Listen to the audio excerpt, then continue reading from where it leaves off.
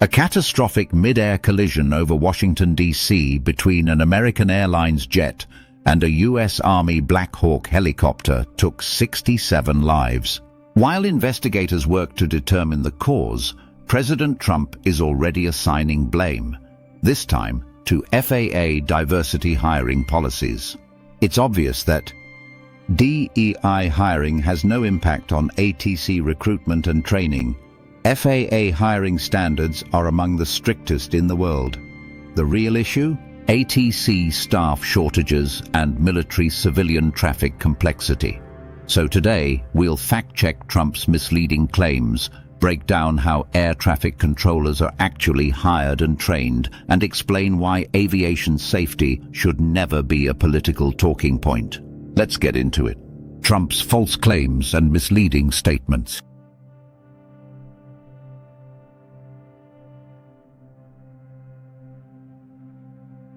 Let's take a look at what President Trump actually said.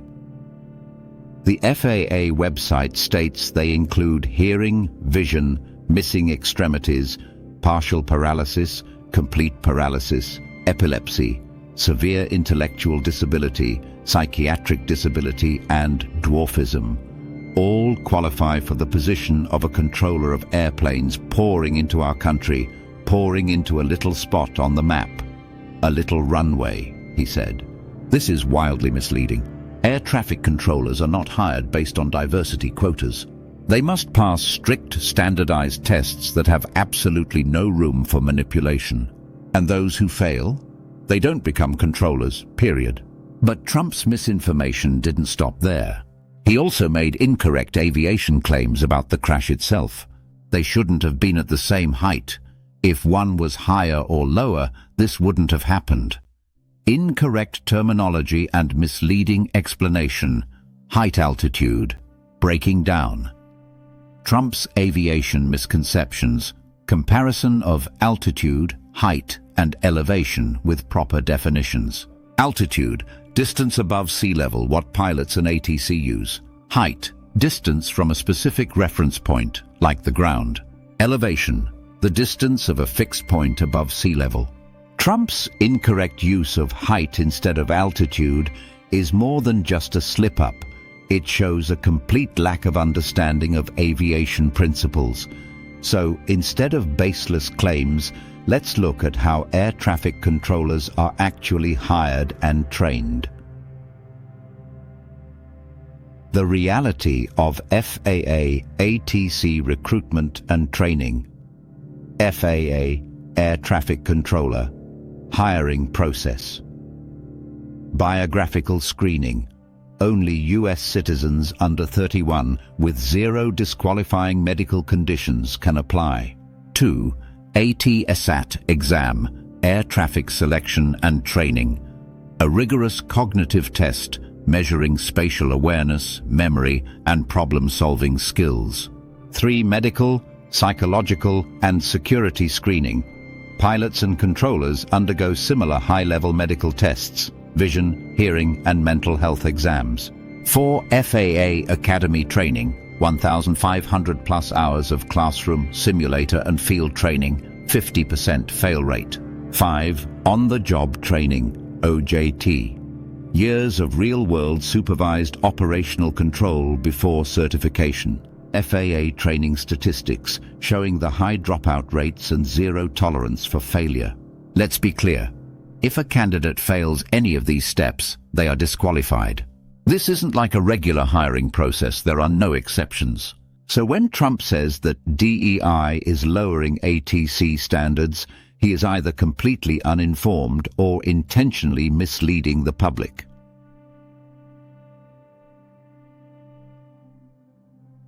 The real issues. ATC, staffing shortages, and military-civilian airspace complexity.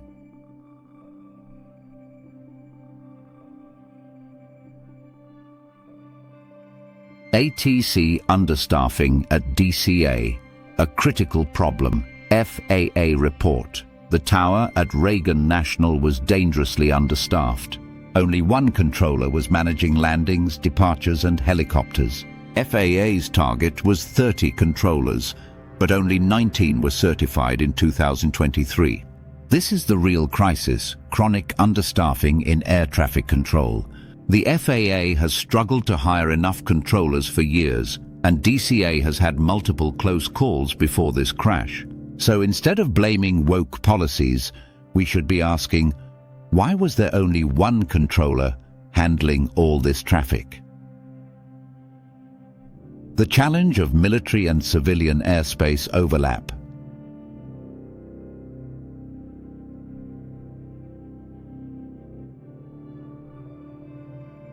Military helicopters frequently share flight paths with commercial jets over the Potomac River. Black Hawk pilots had experience flying at night, but the complex airspace required extreme precision. But TCAS, Traffic Collision Avoidance System, on civilian aircraft warns of conflicts, but military aircraft may not always interact with it correctly and is restricted in use at low altitudes during final approaches to land. The real investigation will focus on: did ATC properly issue clearances and essential traffic information to the Black Hawk and the airliner? Did the helicopter's flight path conflict with approach routes? Was ATC overwhelmed due to understaffing? Instead of blaming diversity programs, we should be talking about these actual aviation safety concerns. The need for expert-led investigations. In normal circumstances, press conferences about aviation crashes are led by experts, the FAA, NTSB, and controllers who actually understand air traffic operations. What we got instead was a political circus from someone with no aviation experience. Aviation crashes should be investigated by experts, not politicians. Speculation hurts investigations. Misinformation spreads fear. Politics should never interfere with safety. Imagine if instead of aviation professionals, your next heart surgery was analyzed by politicians with no medical background. That's exactly what Trump's press conference felt like. Aviation safety is based on facts, not political narratives. ATC hiring standards are not lowered for diversity. FAA controllers must meet extreme performance criteria. The real issues? ATC understaffing and military-civilian airspace complexity. So let's leave crash investigations to aviation professionals, not politicians. What do you think? Should aviation safety be free from political interference? Let's discuss in the comments. Don't forget to like, share, and subscribe for more aviation insights.